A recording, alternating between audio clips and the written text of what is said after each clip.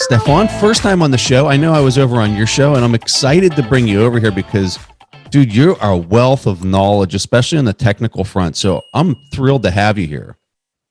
Thank you, Preston. It's always a pleasure to chat with you. So I guess this is the first question I got for you. What was the aha moment for you with Bitcoin? Like what kind of set it all off?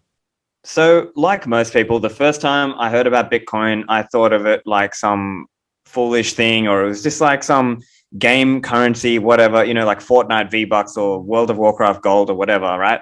What did it for me was actually an Eric Voorhees article, and I was reading it in December 2012. So that's when I came across it. And so I, being a libertarian and into Austrian economics, anti-central banking, anti-fiat money, this was the article for me that just made it click. And so from then on, I just couldn't stop thinking about Bitcoin and talking about Bitcoin. And nowadays I eat, live, and breathe Bitcoin. And so that was my moment. And so what I would say in terms of that article, I think it was that up until then, no one had explained it to me in a way that made sense that, oh, wow, this is actually a challenger to central banking. Mm-hmm. And of course, I love all different aspects of Bitcoin. I like talking about the economics of it, the technology of it, as you mentioned. And so for me, it was the economics of it that really got me interested. It's just that I'm not a developer, but I'm just like a relatively tech savvy person. And so that's what sort of enabled me to, I think, get a reasonable understanding of it relative to the average person on the street. Now, you came with a background in accounting, correct? Yes, that's right. I was working as an internal auditor and chartered accountant back in Australia. So I used to work at Deloitte, and then later I was working at some of the big banks. Yeah. So what made you such an Austrian economics person? What caused that? What triggered it? Right. So that's another whole rabbit hole. So that for me was actually even earlier. I was probably about 14 or 15 years old, around there. And I was on IRC. So for the young ones, that's Internet Relay Chat. That's like an old school chat system. And so I would hang out on IRC channels, and I found this Australian politics channel. And this guy kept linking to Mises Daily articles.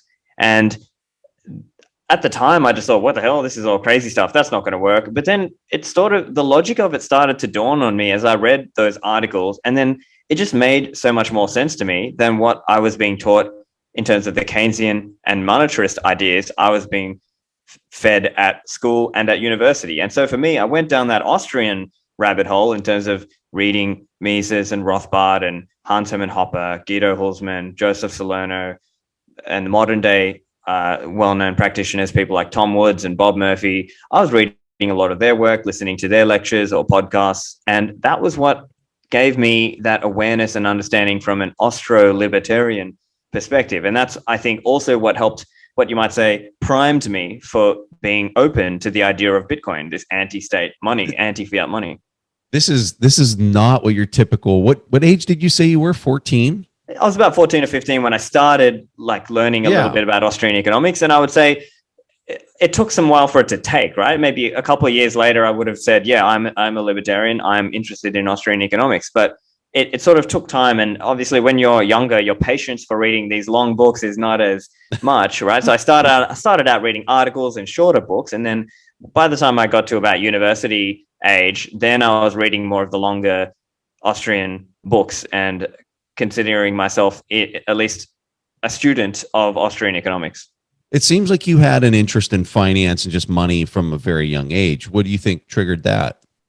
So for me, I think it's a few things, but I loved that idea of, like, when you're young, you think of this idea of, I guess it's kind of like passive income, but although that can be overplayed nowadays. But I mean, this idea that, hey, if I save this money and I earn, back in those days, you could actually earn interest in the bank, right? Because you would actually earn interest. And so it was like this idea, this fascination of, oh, hey, what if I save and then I can actually earn money off of the interest or earn money out of the income? And so that was a very appealing idea to me. And I would say from a young age, I was more of a saver. Like I was already a kind of a saving kind of person. And so even from my first job, I was relatively good about saving, and I enjoyed reading about personal finance and accounting and like some of these different ideas. So I think all of those things sort of contributed to the personality and the person I am now. Fascinating. So you cover on your show that you cover a lot of the technical aspects on Bitcoin. I find myself tuning into your show all the time to just make myself smarter. And I mean, I come with an engineering background, but your ability to explain it and just kind of get the questions out of your guests that have this superior technical knowledge. I mean, they're literally the ones clacking on the keys, making these things happen. And you're able to ask such amazing questions to them. I guess my question to you is, when you're looking at it holistically over all the guests that you've interviewed through the years, what would you say are like the top three technical things that you think most participants in the space don't even understand, get, or just you can tell that people just overlook it or just really don't care about it, but that Right. you find, Okay. but that you find really valuable? Right. I think part of that is just that awareness that you need to really play around with things to learn. Because I think a lot of people might have heard someone talk about this idea, but never have actually used it. And I think that's an important thing. So it's important to try to get as close to bare metal as you can, where you can, right? Whether that is learning how to take your coins off the exchange, whether that is learning how to run a Bitcoin node, whether that's learning how to use hardware wallets, whether that's playing around with multi-signature. So these are a few examples. Like, I guess the lesson is really actually try to use this stuff. And so that's something, even for me, it's not always possible, but when I can, if I'm interviewing someone, I try to actually use their product or their software or their hardware if possible. It's not always feasible, but the better you can, then you're giving more of a real, you're giving a more well-informed perspective on that. Yeah. Other concepts that I think a lot of people struggle with are just like when you're backing up your Bitcoin, as an example, right? You know how most people might, if you set up a Bitcoin wallet or a hardware wallet, you might have seen how we write down the 12 or 24 words. What a lot of new people might struggle with is that understanding that that is your backup, not just for the coins that you have received up until now. It's the backup for the coins you'll receive in the future on that wallet. And that's a really kind of crazy idea, right? Because you're coming back from a non-Bitcoin perspective. You might think, oh, I'm writing in my Word document and I hit Control S or I hit save, and that saves my progress up to now. It doesn't save my future progress, but these 24 words you write down actually is for your future. And then the other aspect I think a lot of people wouldn't understand is just that idea of trying to retain cold storage security. So as an example, when we're thinking in the world of Bitcoin security, people might take things and without understanding, they might go and enter those 12 words or 24 words into an online connected computer or phone. And then all of a sudden, they're taking what was previously a cold setup and now putting it into a hot wallet setup, which is now a completely less secure method of storing your coins. And find that might be reasonable for, let's say, a smaller amount you keep in your Lightning wallet, or maybe a privacy CoinJoin wallet, or just a day-to-day spending. But it should not be what you're doing for if you're holding a significant amount. So these are little things around the security aspects of it. But of course, I think maybe to the spirit of your question is also around aspects around where is Bitcoin going in terms of Lightning and scalability and other aspects, right? So it might be that, as an example, we as a community often say, not your keys, not your coins. However, it's going to get more and more difficult over time, because over time, there's only so many people who can actually hold a UTXO. What's a UTXO? Unspent transaction output. And so over time, the network and the community and the movement, the project, whatever you want to call this, is going to have to figure out ways to help deal with that. And there are various ways. Obviously, Lightning is an important part of that, but it's only one part of the strategy. In the future, we may be operating on things like a channel factory, it's been colloquially called, or more professionally, it might be termed multi-party channels. So that's one example. Or another example might be the usage of federated mints. That's another example. Or as an example, if you look at what's going on in Bitcoin Beach down in El Salvador, in El Zonte, where Galloy Money, the company, created the Bitcoin Beach wallet. And it's like this idea of like, okay, it's custodial Lightning wallet, and it is also a multi-sig community held wallet. And so I think we're going to see advanced ideas around that. I think another interesting aspect is just around being private in Bitcoin. I think it is possible to be private with Bitcoin. It just takes additional steps. And so, as an example, people need to learn how to, for example, run their own Bitcoin full node, and then ideally use some kind of privacy preserving wallet. Examples might be Samurai Wallet on Android or Sparrow Wallet on the desktop. And these wallets allow you to connect to your own Bitcoin node, ideally, although they can be used in default setup with somebody else's node. Of course, it's best if it's with your own. And then they can use different techniques like the Whirlpool coin join as an example. And then when they're going to spend, they are using post-mix spend techniques like Stonewall. So that's an example where it makes a transaction that even looks like a coin join, even if it's not a coin join. So, I mean, that's just a few examples. I think there's all these different technical realms within Bitcoin, and it's very difficult for one person to sort of be an expert in all of them. So really, I think it's sort of like, I think of myself as I do as much as possible to try to be able to be a good interviewer on the topic that I'm interviewing, whether it's Bitcoin mining or it's privacy or it's Lightning or it's something else, or it's, you know, the financial aspects of Bitcoin, the regulation, the economics. There's all these different nuances to it. So I just try to do my best to get as knowledgeable as I can to be able to ask a skillful or an intelligent question of the guest. I want to follow up on two of the points you made there. The first one on the UTXO comment. I'm not sure that I follow what you meant by people won't be able to hold their own Bitcoin or their own. Right. In the Yeah. What did Let you me mean? Explain that. Yeah. What did you mean by that? So think of it like this. When we spin up a Bitcoin node, we're downloading the entire blockchain of transactions. Now, remember, that's the history of all the transactions. And I think today that's probably 430 gigs, around that, and rising over time. But that is distinct from the UTXO set.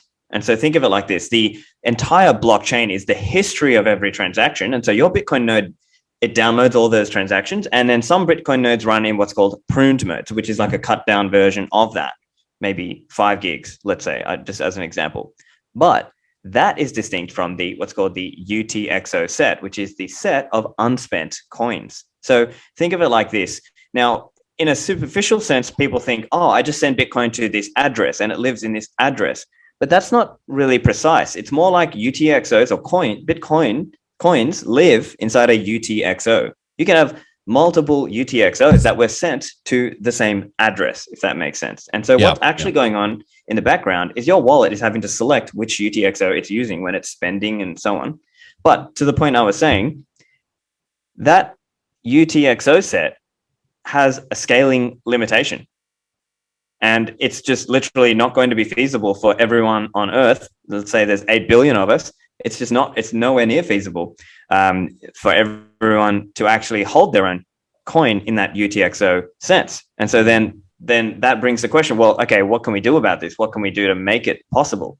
And so some of the ideas, as I was saying, are relating to multiple people holding a piece of a coin, let's say, of a UTXO. And so that's where, let's say we're living in the advanced world where maybe we got any prev out and we have the L2 Lightning network. And then let's say instead of having a Lightning channel between you and me, Preston, it might be like a Lightning channel between you, me, and 20 other people, and we're all sharing that UTXO. So that's how the idea could scale and allow for more and more people to still have some level of self-sovereignty, although, of course, it is a spectrum. I also want to hit on the coin join part that you brought up, because my audience, I'm sure a lot of the people in the audience know what coin join is, but for those that don't, explain what it is and then explain what your point was there earlier. Sure. So a coin join, we can think of it like, let's say we got down at a table and everyone was blindfolded, and we each had a $10 note. And what we're doing is somehow, if you could sort of make it so that we could all shuffle around those $10 notes and then pick out, and we knew atomically, you knew for certain that they weren't going to run off with their $10. You would put in $10 and get back a different $10 note. You can sort of think of it a bit like that. And so the way CoinJoin operates is it's there to try to break the deterministic links between when we spend our coins. And so what that does is it makes it more difficult for somebody who's an outside observer trying to surveil what's going on the chain, as it were. And so that's one way that people can give themselves a little bit more privacy in terms of when they are spending coins so that people don't necessarily know how much you've got in your overall stack. Because let's say, I mean, hypothetically, let's say someone was like a whale, you know, let's say you're Michael Saylor or some, you know, you're someone with like, you know, massive number of coins. You don't necessarily want to spend directly out of that coin, because they might then know how many coins you've got, because they could look on the blockchain and see, oh, look at the change output. There's, you know, 10,000 Bitcoin going back to that guy. He must be rich. Okay. Then that could create a personal security issue for you. And so the way I think of it is you might want to be wary about that and carve off a small amount into your CoinJoin wallet, as an example, like Samurai Wallet or Sparrow Wallet. And you could then, or Join Market as another example, and you could run CoinJoin and then spend out of that CoinJoin balance, to which an outside observer, if they try to look at that on the chain, they won't necessarily be able to trace that back. Now, maybe I could explain that just a little bit better. One aspect of how they're able to trace it back, well, it's because when you spend Bitcoin, your wallet has to select from those UTXOs in its pool, if you will, or in its wallet.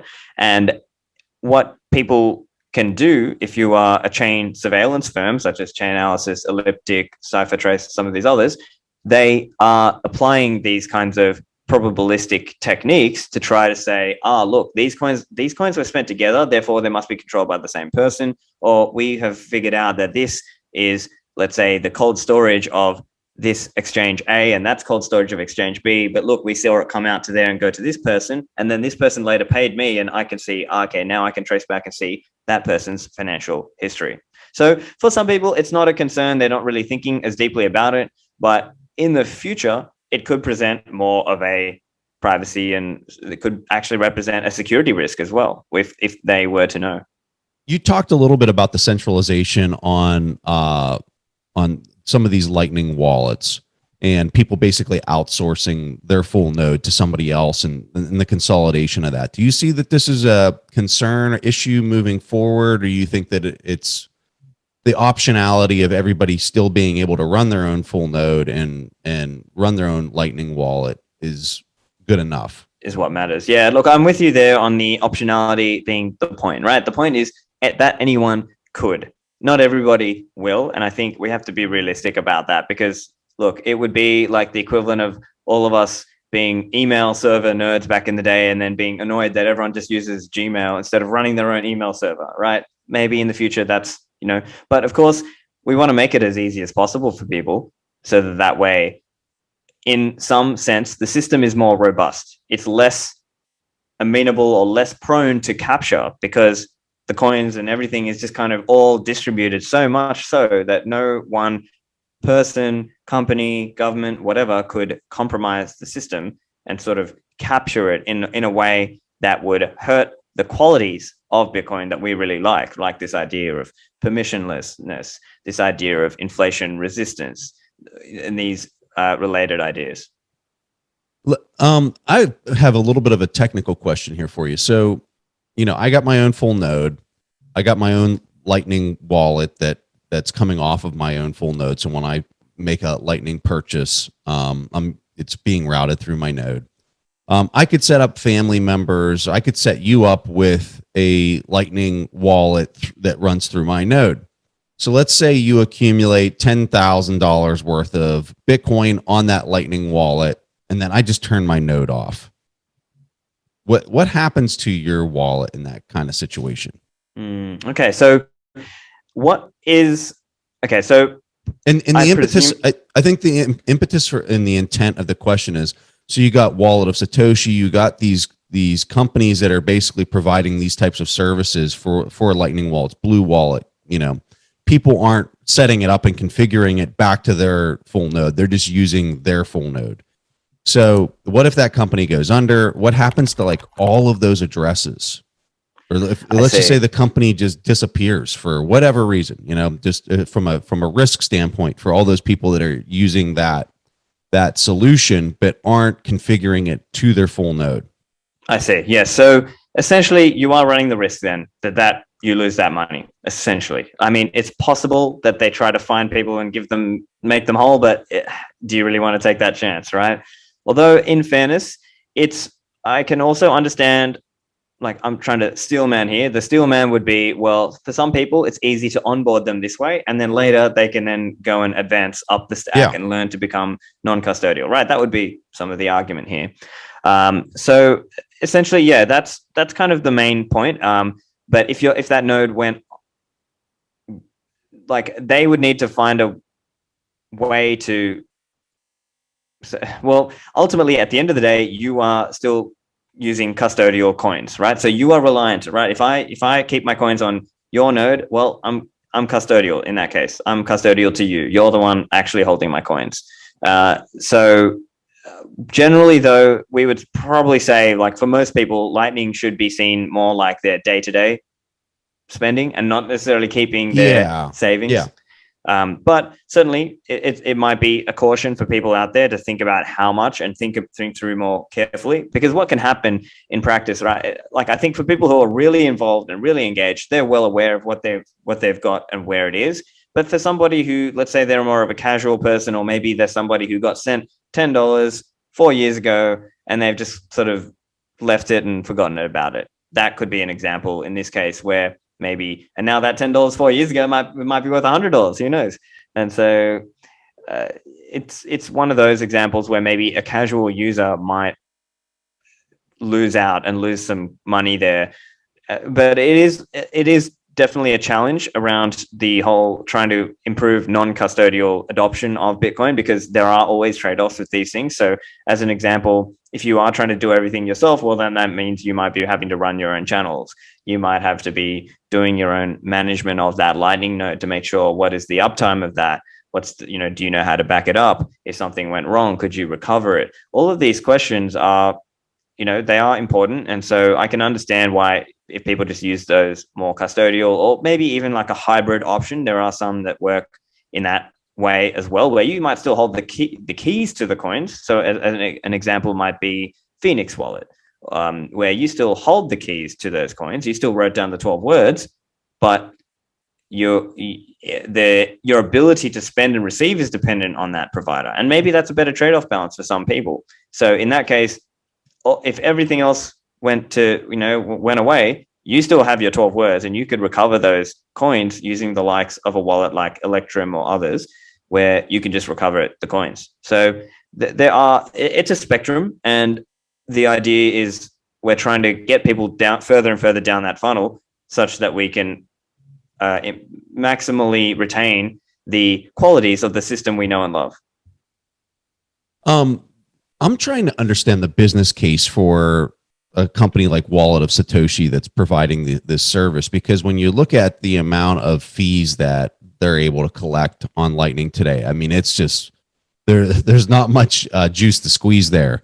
Now, I suspect in the future, especially as Lightning adoption picks up, that might drastically change, and you might see the amount of velocity. I know people hate this term, velocity of money.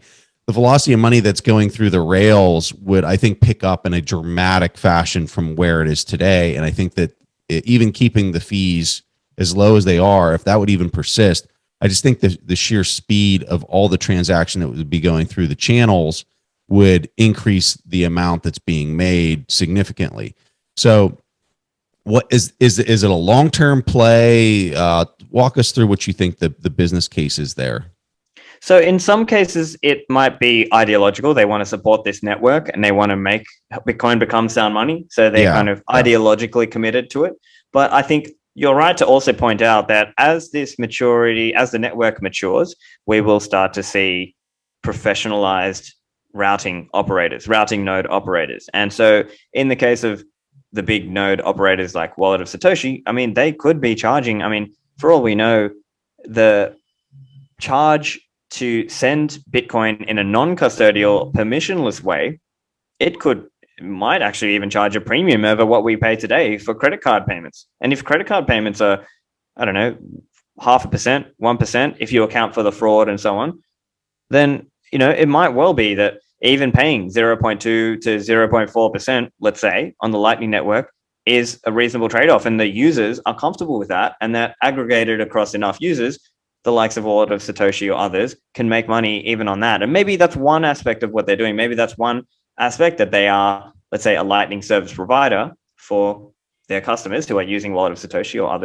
other liquidity providers. And so maybe that's part of what they're doing. And maybe what they're doing is peering or partnering with some merchants and sort of doing a deal where, let's say, maybe they have bit refill vouchers right in the app, and they're able to get a percentage there. So maybe that's kind of part of the idea, is that it's a convenience layer. And look, the average user, lots of average users will happily pay for convenience. And so maybe that's where the profit comes from for them. But it is yet to be seen, let's say. It seemed like the El Salvador announcement and then them using it as legal tender along with the dollar down there in their country really led to a significant amount of adoption on the Lightning Network. Do you think that was maybe the impetus for why we saw such explosive growth in 21? And if so, what does that mean for you moving forward? Right. I think you're right to say that and to point that out. I think I don't know the exact numbers, but it's probably something like 1,500 coins that were on the network at roughly the start of 2021 towards the end, where probably 4,000 coins were in Lightning channels, something like that. And that's in public channels, not even counting the private or unannounced channels that we know exist between some of the large exchanges. So that's just an example. And we've seen probably, last I saw, I think it's over 15,000 or over 20,000 Lightning nodes are out there now. Whereas I recall in October of 2019 at the Lightning conference, around in those days, it was maybe 6,000 Lightning nodes were in existence at that point. And so we have to say we have seen a big explosion in the growth of Lightning nodes. I think part of that is community involvement, enthusiasm. We've seen a lot of pleb node runners who just want to support the network and they're interested, and it's part of their own learning journey that they want to run a Bitcoin node. And then, of course, we're seeing the professionalized operators as well. And also, we are seeing some services like, for example, Zion, this attempt to create a more decentralized social media. And as part of becoming, joining on that network, you're running a Lightning node. And these aren't necessarily even what we would, you and I would term hardcore Bitcoin people. These are people who just want to use the service. And as part of that, they're actually, without really knowing too much about it, they're running a Bitcoin node in the background. Now, admittedly, these are more like VPS nodes, virtual private server nodes, as opposed to like, the Umbrel or the MyNode or the Raspberry Blitz sort of physical box. But nevertheless, it is a Lightning node, and it's all part of the journey. So I think certainly the El Salvador story and news around legal tender helped drive more professional interest in Bitcoin and Lightning node management, whether you are OpenNode or whether you are Chivo Wallet or whether you are Ebex Mercado or some other company looking to sell services on and using the Lightning network in El Salvador. So I think that is also another aspect of a stress test that we are going to see, that we have been seeing and we are continuing to see. Hey, so when you think through the risks moving forward, and this is, I think this is the question that I think my audience likes to hear the response to the most. Yeah. What do you think are some of the risks moving forward? We used to talk about the 51% attack. I think after the China migration of all their hardware, a lot of that concern really, I don't hear people asking me personally about that too much anymore. I'm with you. I don't get that question either. I would say that is a little bit more of a new coiner question, right? It's the common one. They're thinking, 51% attack. That's probably not the one that most people are thinking of in their mind. Like once people have been sort of further down the rabbit hole, I think they turn their attention more to other questions like, will the system get captured? That might actually be more of a risk, like that if everything was to be captured, and let's say, or potentially if as there are certain supply overhang arguments that I spoke about actually recently with Vijay Boyapati as well, that potentially if there was to be a GOX supply, back from 2013, supply overhang of all these new people who receive these coins, and if they decide to sell them, could that slow down the growth of the Bitcoin network? Maybe another idea would be, and kind of related to the capture idea, is that if not enough people actually take their sovereignty seriously enough to actually hold their own keys, and that if all the coins end up being held in certain large custodians that then become equivalent to the Fort Knox or to the other well-known gold vaults that can be captured, and could that impact or impinge on the qualities of the system? I think those are a few examples that come to my mind, but I mean, for me, to be honest, I still think of these scenarios as very, very, very unlikely. But and they're all just slowing adoption down. It doesn't. I mean, that's not stopping adoption. That's not correct. Breaking the protocol. That's just. I mean, correct. It's just slowing things down. Almost like you would have a ban in a major country. It would be a setback. The price would get punished most likely. I mean, I have no idea, but I would suspect that. But then it's just going to keep going, right? Like there's others that aren't going to ban it. I could think of maybe, I mean, look, I try to, even though I'm extremely bullish on Bitcoin, I think it's going literally $10 to $20 million per coin in today's terms, right? Something in that range eventually, like, I don't know when. But it is a risk for people to think it's inevitable, like we can't just say, oh, it's all, it is important to not get complacent, because there have been bugs in Bitcoin's past. Right, there was the famous buffer overflow. I think 84 billion Bitcoins were created in 2010. Now, of course, that's an early example. There was another inflation bug that did not get exploited in 2018. And so that's another example where, that could really injure the confidence or the perception of Bitcoin. But I still remain bullish. Yeah. In those scenarios, there can be a patch. It can be full node operators can step in and adopt the patch. Correct. Walk us through that. What would that look like? And obviously it would cause enormous amounts of damage in the short term, but is it recoverable? Is it something that the network can come out of after enough time and gain and garner confidence and trust again, even though something like that would happen? So, yeah, that's an interesting question. And I think you could argue from one point of view, you could say, well, what if the people couldn't agree on what was the correct chain to go back to? And what would the right checkpoint be? Like if, let's say, it wasn't something that everyone agreed straight away, oh, that was wrong. It was actually something that got discovered later on. And, then people, it would then be like, oh, wait a minute, we'd have to like go back and figure out what's the right point to go back to. And what if people are transacted in that time? Are they just, well, too bad, sorry, too bad, so sad, right?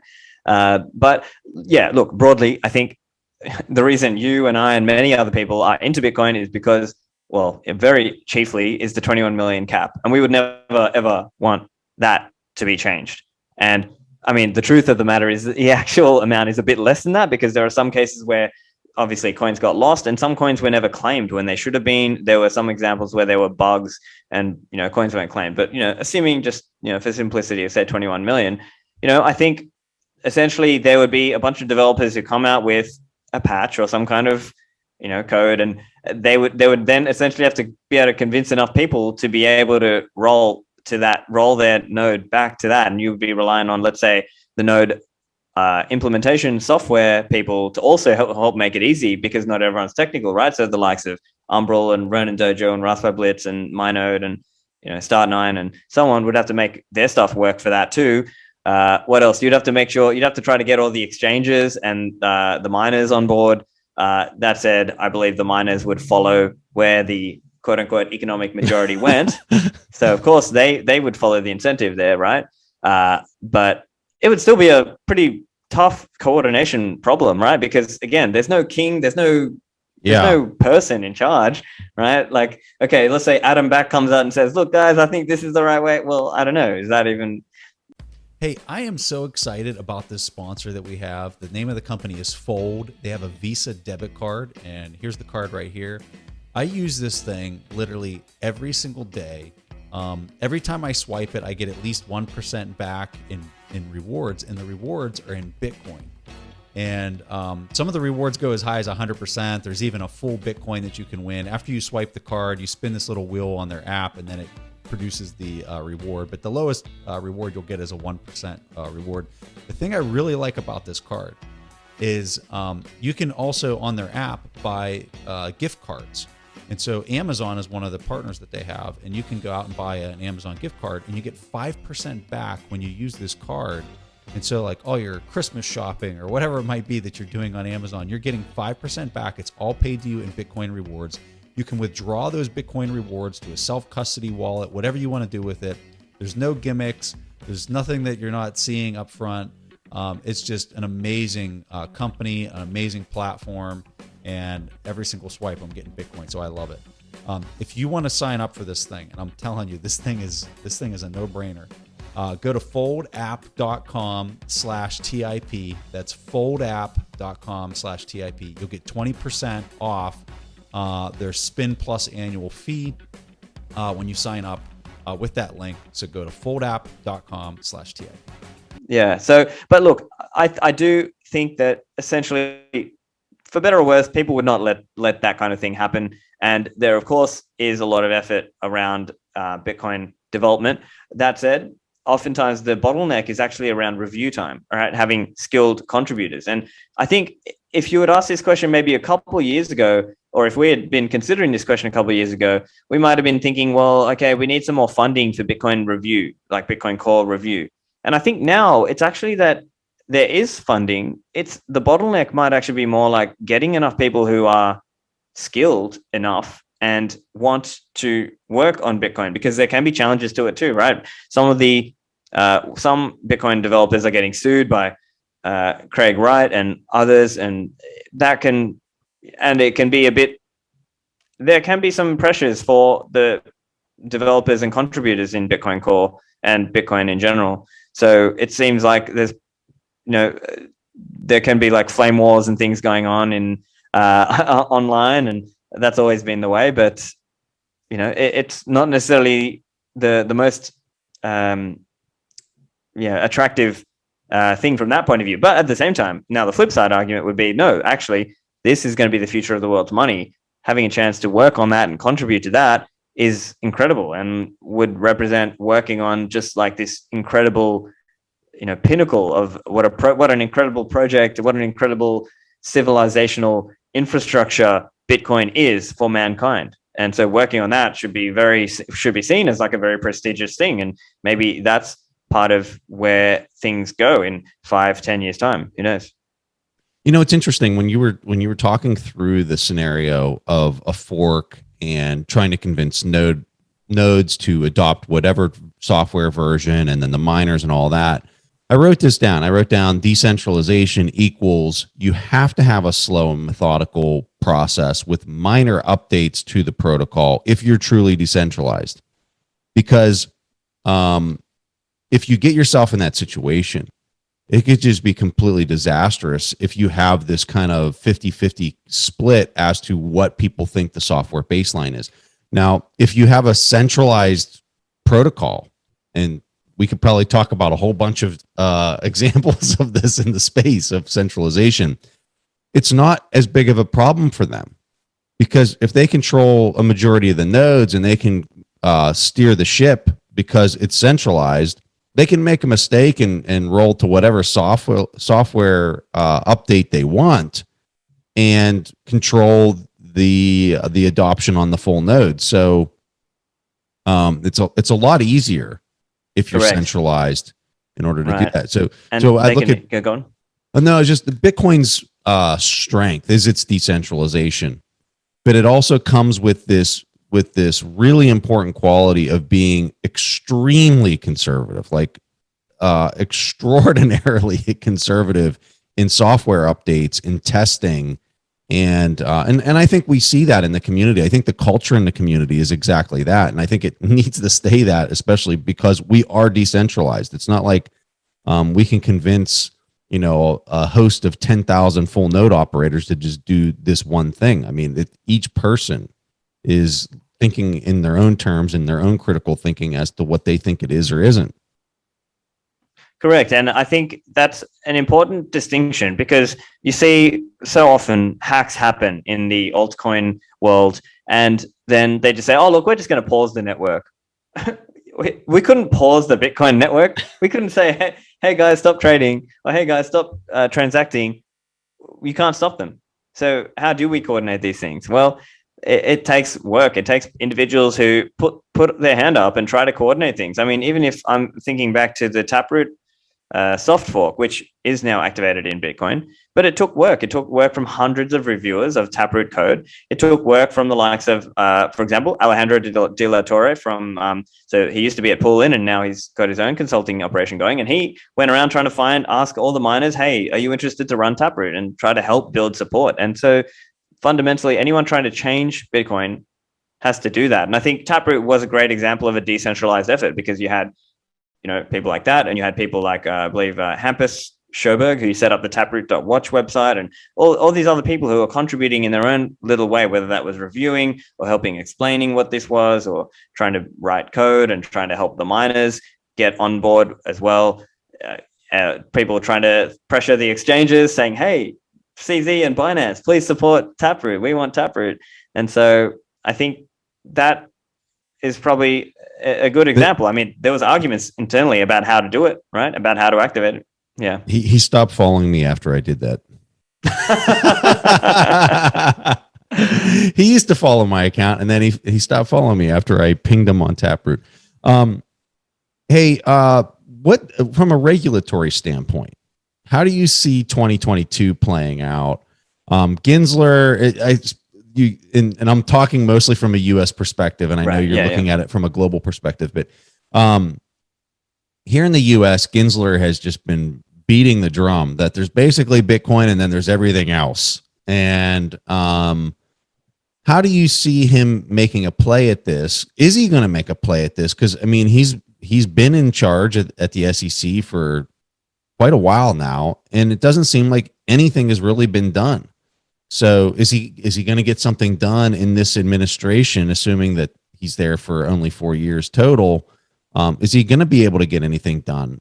What does that even look like if he gets something done? What are your thoughts? Right. Yeah, I know. So when it comes to the SEC, the big question everyone seems to ask is, what about the spot ETF, right?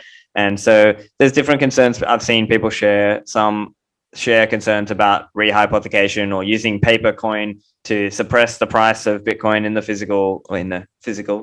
the spot markets. I think, broadly speaking, it seems like a lot of the regulatory attention and pressure is coming more around stablecoins. It's not really coming around, right? It's not really coming around Bitcoin. It seemed like, for better or worse, it seems like they sort of see it like, oh, Bitcoin, that's just your little store of value coin. You guys can do whatever you want with that. But stablecoins, okay, we're regulating that. And obviously securities, we're regulating that. That's I as a relative outsider in that sense. I'm not an American myself, though obviously as a Bitcoin podcaster myself, I try to stay up on the space and what's going on. So it seems to me like if there were actions coming from that side, it might be more against altcoins, and maybe regulation on stablecoins is probably the most likely aspect that I can see. Now, in the future, it could well be that Bitcoin becomes a political football, just like lots of other things. And there might be arguments about proof of work energy usage. There might be arguments about inequality. There might be arguments about all sorts of aspects. But I think, and it makes sense why they're going after stable coins from a government standpoint, not as a individual, right? But what it really does, if I'm going to simplify it for the audience, is just the Fed, the central banks have enormous control over these units, these fiat units in the system. And if they don't like a transaction, they can just completely stop it. They can go into your account at the bank. They can claw all those units out of your account at will. And a stable coin effectively bypasses that control. They're not able to do that with a stable coin if you've got, you got it in your account. So I think the growth rate is scaring the hell out of them. Do you know the market cap of this, of like the USDC and some of these stable coins? I know it's over 100 billion, right? Oh yeah, it's grown a lot. I don't have the number off the top of my head, but yeah, definitely, it's absolutely true. They've grown massively over the last year or two. I think the demand for them isn't just in our Bitcoin and crypto world. It's actually people even just in other countries who just want US dollar exposure, and they found it easier for whatever reason to hold USD stablecoins than to try to get physical cash, or maybe they just found it more convenient because they could transact. Right? You don't need a bank. Yeah, exactly. And so to your point, it's the regulation aspect of it is that typically with these stablecoins, it's only KYC, know your customer, AML, anti-money laundering. Those a lot of those requirements seem to only come at the beginning, at the end of the process there, and where people who are just kind of interacting inside that closed loop, there's not as much control being leveraged there by the government onto in terms of regulatory controls around who spends what to where and sells and whatever. So it remains to be seen what happens there. If the US government does try to clamp down further on the stablecoins and say, no, even for each intermediary step, we need KYC or we need some kind of identification, that, that potentially, we don't know what direction they come down there. But I also think we are going to see more technological development around synthetic US dollar. And so there are ideas around this being done, like what some people have termed stable channels, or also arguably called DLC stablecoins, right? So like this idea of a discrete logarithmic contract stablecoin. And so, which is essentially like the idea that you might have a lightning channel with somebody and it would be actually a contract for difference in the background. And so we might load some sats and then, try to true up based on the price of the real USD price. So that might be an interesting technological direction. And of course, I'm sure you're aware, but just for listeners, HRF and Strike recently put up a bounty for, I think it's a 1 Bitcoin bounty. I can't recall, but essentially they are looking for somebody to create that. And so they know that a lot of people... Get into this, because I'm not aware of this. Right. Yeah. So essentially, there are a lot of people, and I recently I was down in El Salvador. So I was there for Adopting Bitcoin and La BitConf, and talking to people there, I definitely got the sense a lot of people really like the use of stablecoins there. Now, I'm not a stablecoin guy myself. I'm just Bitcoin only, but I see stablecoins as kind of like a crypto fiat, right? Like they're just looking for a way to get some US dollar exposure, and for better or worse, that seems to be what a lot of people there want. And so then it seems like, well, the market now has stablecoins, right? There's the likes of Tether and USDC and others that they are able to use, whether that's for loans or to try to, if they're trading around. Of course, my preferred answer would just be everyone just go straight to Bitcoin, although, that's not realistic. I think there will be people who just use it like a bridging step. And so whether that's people trying to use it for payments for services, they're using stablecoins. But then that also brings the question of, well, could there be technological approaches, and not necessarily like the kind of algorithmic stablecoin in the sense, let's say from 2017 era. What we're talking about here is more like technology that allows people to replicate the value of, say, 1 USD or 100 USD in Bitcoin. So this might be something that comes in the future using this DLC technology. Although it does require some updates and changes to the Bitcoin protocol. So this is an area where I'm getting to the edge of what I could explain accurately. But essentially, the idea is that you might load in a certain number of sats based on what that price is, and you might have to load in a bit more than that because obviously there's price movement. And then the other side of that trade is the one one side is like offering the offer. The other side is the one who wants the stability. And so then they would have to true up at the end. And just like now in a Lightning channel, like if I have a Lightning channel open with you and I send some to you, and then we close that Lightning channel, well, your true balance is what goes back to you on chain. So in a similar kind of way, I think that's kind of the idea of like a Lightning stablecoin, although it might not be exactly the same as Lightning today because it might not have like multi-hop. Like, for example, in the Lightning network today, it can route through multiple parties, whereas in this case, it would be more like a one-to-one aspect. But I think it might be a couple of years before we really get that coming to fruition and actually being available. There are other efforts being done. When I was in El Salvador for La BitConf, some of the money on chain guys were talking to me, and that's basically like a stable coin that they're doing using RSK. Now, being honest, I haven't looked into in depth in how that works, but that's another idea that people are exploring. Wow. And so if I was going to try to summarize what I think I heard through discrete log contracts, which is happening all on Bitcoin, you're effectively able to create a synthetic stable coin.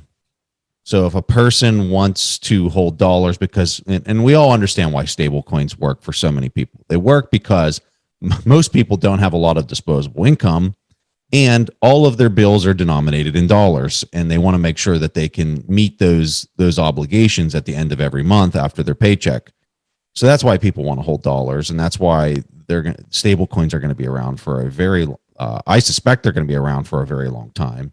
But if you're able to and when I think about the government response here, they might not understand. Hell, I'd say most people in the community don't even understand what's going on here from a technical standpoint. Is this can all be synthetically created, like you just described, on the Bitcoin protocol, that if you want to hold dollars, you can make a Bitcoin deposit and somebody else is going to take the other side of the trade, trying to participate in the volatility direction that they think it's going. And you get a stable denominated relative to whatever fiat they're trying to compare it to. So that's unstoppable. Like, you're not stopping that. You're not able to control that. I don't care who you are from a technical standpoint. Good luck. Yeah, so I think that's the goal of what I think, that there are people working on this kind of idea. That said, and you said Strike. You said Strike was offering a 1 Bitcoin bounty for somebody that does this. Right. So Strike and HRF have put up, I believe it was a 1 Bitcoin bounty for somebody who's able to create. Now, I don't know the details of it, but essentially, it was an interesting idea. It came across my feed. Now, I think there are others who, let's say, Shortbits, right? So they're a team working on DLC, and Chris Stewart from Shortbits and Nadav Cohen are definitely good ones to speak to on this kind of thing, because they could speak to it at a level that I'm kind of only able to give a very high level explanation. That someone like Chris Stewart or Nadav Cohen could probably go in more depth there. But yeah, that's essentially the idea, and it represents an interesting thing, because when you think about it, like, what are regulators going to be able to stop then if this ends up being built into Bitcoin? Let's say it comes in 2 or 3 years' time. Well, maybe people use stablecoins for the here and now, right? The Tethers and USDCs of the world and others. And then in a few years' time, if this idea is there, well, then they might choose to use that. Now, of course, everything has trade-offs, and we don't know. There could be some other security trade-off or some other availability, something, it could be something there. But I think that's definitely an interesting aspect. Now, we're also seeing other approaches. So, for example, John Carvalho with Synthetics, I believe it's called. His new startup is kind of having a Bitcoin wallet that does Bitcoin and Lightning, and I believe Tether, because it's kind of like there's an ownership relationship there with, I believe, with Bitfinex or Tether, either or. But that's like another way of having everything all in one app, right? You've got Bitcoin, Lightning, and Tether all in the one app. So that's another possibility, and so that might be an interesting angle also. So there's this video floating around of Vitalik quoting that 85 terabytes per year is totally fine. What I mean, this is crazy talk. This is like, and I don't want to bash. I'm not here to bash other projects. I really want everybody to be able to work on whatever they think is value added, right? We're obviously Bitcoiners. We think that there's value in keeping the block size small and like the long-term growth. And I think when you're talking about decentralization, it's so important to not talk about today where it's at, but where's it going to be in 10 or 20 years from now? And when I look at all these other protocols, that's the thing for me from an engineering standpoint. I'm just saying, the growth rate is far exceeding the growth rate of storage capacity and hardware, like in a super meaningful kind of way. So, what are your thoughts on this quote? 85 terabytes per year is totally fine. as far as the amount of storage that's needed. And that's in today's terms. I couldn't imagine what 10 years the terms would be. And maybe what are your thoughts on some of these other protocols that are trying to do all of these things on layer one? Right. And so I'm not aware of the full context of what Vitalik was saying, but I mean, generally it sounds pretty crazy to me. I believe in the idea that the average person should be able to run a Bitcoin node. Now, my hope is that it's able to be sustained and that people can do this. And there might be other tricks and things that are employed to be able to keep it that way, whether that is Assume UTXO by James O.B., or maybe Taj Dryja's work on U3XO, Taj and some others as well. So those might be interesting ideas. But essentially the point being, if you don't make it easy for average people to be able to run a Bitcoin node or to be able to run a node, then the system will tend to centralize. And when the system tends to centralize, then you have to be thinking about the capture and political risks associated. Because if the system becomes overly centralized, what are you really creating? Are you just recreating a new system, but with yourselves at the top? And I think most of us here in Bitcoin see this like we're trying to create something different. We're trying to create something that's not corrupted in the same way that the fiat system has become. And so for me, it just seems it's counter to the point. I just don't see why there's a long term there. Now, I understand that. Now, for some people, maybe, now I'm not a trader. I'm a stacker and a hodler. But maybe there are some people out there who think I can just play this for the short term and I'm going to try to time it in and out and whatever. I wouldn't recommend it. I think most people will fail trying that. I think there's tons of them too, Stephan. Yeah. I think there's tons of them. Yeah. And I just wouldn't, I wouldn't want to try to time that. Right? I don't know that episode you and I did about the final cycle, right? We don't want to try to time this. You want to just be accumulating regularly because you never know when it is the final cycle. It could happen, right? This is gradually then suddenly. And so, and in the meantime, you've been doing 100% compound annual growth rate. So, I mean, there's no rush.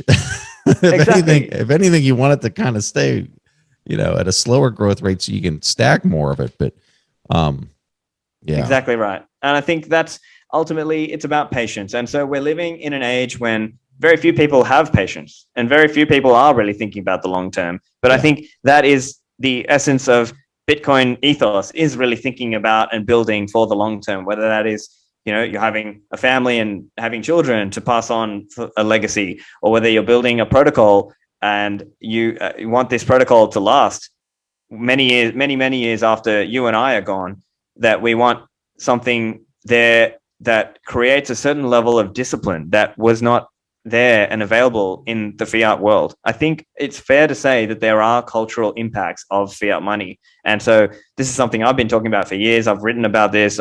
People like Safety and the OG, Guido Hulsmann, Austrian economist, has written extensively about this. I think there are cultural impacts of fiat money. It causes us to make more high-tide preference or impatient decisions, when really the important decisions we make are those long-term decisions about what am I doing over the next 10, 20, 30, 40, 50 years? And so that is really, I think, a significant difference in the mindset of the typical Bitcoiner versus what many altcoin enthusiasts are thinking about.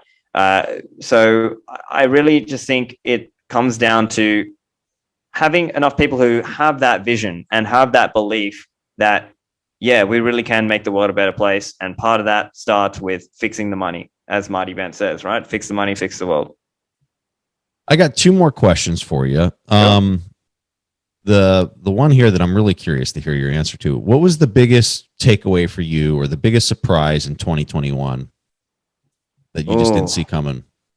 It's got to be the El Salvador legal tender law, right? Like just to think that an entire country would just go there and just say, we're going to take, and you've got to think about it from this point of view, right? A lot of countries are not thinking very forward. They're not thinking, they might see something as like, hey, this is a cash cow. I'm just going to make money out of it. And look, I can get capital gains. But to actually go the other way and realize and arguably see that there's a long-term vision. Now, of course, I think there are certain aspects of criticism. around Bukele and what's going on in El Salvador. But I also think it's fair to say he's giving empowerment to the people and taking away a very important intervention that the government has, which is capital gains tax. If you take that away, you are massively opening up the market, I think. And I'm really interested to see what happens with the Bitcoin City, right? This whole idea of basically zero income tax, but a 10% sales tax. And maybe it'll be more like a user pays model. Who knows? So I think that's probably the biggest surprise. I think probably number 2 on that would be the China bans Bitcoin, right? Because up until then, it was a meme. It was like, yeah, whatever. We've China bans Bitcoin every Tuesday, right? And then actually, a lot of the network did move out. Now, in fairness, there's still a reasonable chunk of miners there in China, but still, we're probably talking in something like hundreds of thousands of mining equipment, of those ASICs, were shifted out of China into USA, Kazakhstan, Canada, and other places around the world. And so that was probably the other big surprise for 2021 for me. So Joggy posted a comment. He wanted you to expand on the idea of growth deflation. I was curious what this is. Right. And so I think he knew this is one of my hobby horse issues. I love talking about growth deflation because I see it as Bitcoin is this massive positive sum technology for the world, right? Because we are going to be living in a world where your money rises in purchasing power, because a lot of people think about deflation the wrong way. And so I've done various episodes on my show talking about this, and it's like a hobby horse issue for me. A lot of people think deflation is bad, but actually what we need to do is distinguish between the types of deflation, because there is the credit collapse sort of deflation, or bank credit deflation, which is, like the economy is collapsing because of the prior overinflation, or the malinvestments created are now being wiped away because the market is sort of realizing effectively that those investments were not profitable, or the entrepreneurs realize they do not have the resources to complete that. That's one aspect of the quote unquote bad deflation. But there's also the good deflation, which is growth deflation. And so growth deflation just refers to the beneficial rise in purchasing power that we would experience under a hard money world, whether that's a gold standard or a Bitcoin standard. I obviously believe it's going to be a Bitcoin standard. So just by merely holding Bitcoin, we will become richer over time. And so I think it'll be really different to think about, because we are used to, and for all of our lives, we've grown up in a world where you lose purchasing power over time if you hold it in dollars. And so I just think it's such a phenomenal and incredible concept to me. And I think it's so poorly understood as well, because I think people just conflate everything together. They're not able to distinguish and decompose those into their component parts and say, hey, this growth deflation. And to understand, living under a Bitcoin standard, living in the Bitcoinized world, the hyper Bitcoinized world, is going to be a growth deflationary world. So the future is bright. I really think that is the white pill for all of us, is that, look, there are times now where we might not be as free as we want to be, but I really do believe the future is going to be bright, so long as we make it there, that a Bitcoin standard will genuinely improve the way society operates in so many ways. And I think we're going to basically massively remove or reduce global poverty. We're going to massively, give people much more of an opportunity to really engage in what they want to do and work on things that are in their passion and things that they really believe in for the long term. So that's my message on growth deflation. So if I was going to summarize this, for Stephan Livera, the price of meat in 2021 went down. That's correct. That is excellent. Yes, that's right. Okay, I lied. There's one more question. Your okay. A favorite book, or maybe and if you have a book that's not about Bitcoin or finance, and then maybe a Bitcoin or finance book. Right. Yeah.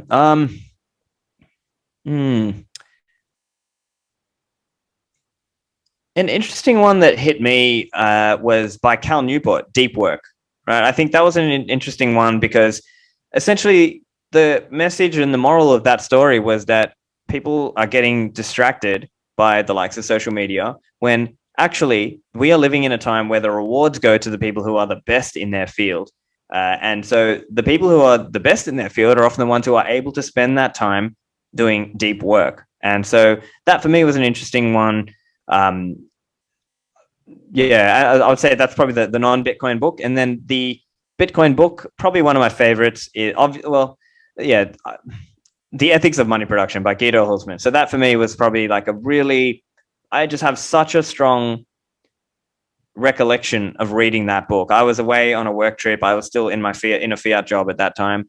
And this is maybe 2013 or 14. And so obviously I was really into Bitcoin at that point. And I was reading this book, and obviously there's not one mention of Bitcoin in the book. I think the book came out in 2008, funnily enough. And you're just reading that book and you're just thinking, wow, like it's just confirming so many things that we thought about our Bitcoin thesis. And so I remember reading that in 2013 or 14, and it was such a strongly influential book on my own thought. And so that's why The Ethics of Money Production is probably one of my favorites there. And I had the pleasure of interviewing Guido Hulsmann, the author, as well. So we're going to have a link in the show notes to Stephan's interview with the author. And obviously you have an amazing podcast. I listen to your podcast all the time, Stephan. It's such an honor to have you on the show. Is there anything else that you want to highlight or point the audience to? Yeah, sure. So, so StephanLivera.com is the place to find my podcast. And of course, I work at Swan Bitcoin as well. So that's swan.com. That's where people can, learn about Bitcoin and start accumulating Bitcoin as well. And Preston, it's been a pleasure. I'm a big fan of your work also. I think you do a great job at really skillfully asking good questions. So that's why I'm a big fan of your work also. So, once again, thank you for inviting me. Awesome having you, Stephan. Thanks for watching. Make sure to subscribe and hit that notification bell so you don't miss out on the next podcast episode and new investing resources. What are your takeaways and thoughts on this discussion? Let us know in the comments section below.